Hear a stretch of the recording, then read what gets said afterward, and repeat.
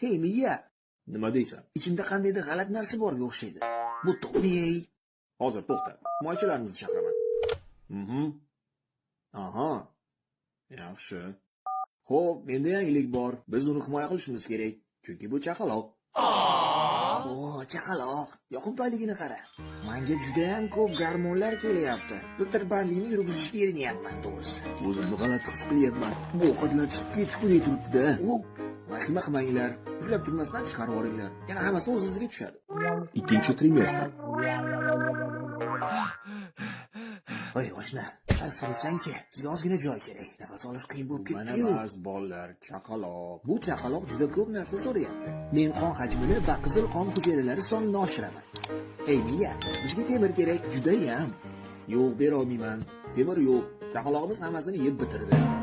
Yo xudo, bu hamma qonni haydab berishni o'zi bo'ladimi? Voy, yana arteriyalarimni qismaslikni iloji bormi? Bo'lmasa hammamiz muammoning tagida qolamiz. Qornim ochdi bolalar. Menga go'sht. Onamga esa suyak. Mayza. Ups, ushlab qololmadim. Bunaqa qilinchda tutishni imkoni bo'lmayapti. Uchinchi trimestr. Voy, bu yerda yashash mumkin emas. Men ochman, lekin to'g'ri his qilyapman. Ey, xayringni bergurlar, tomirimni ezma. Boshim aylanyapti, nima balo.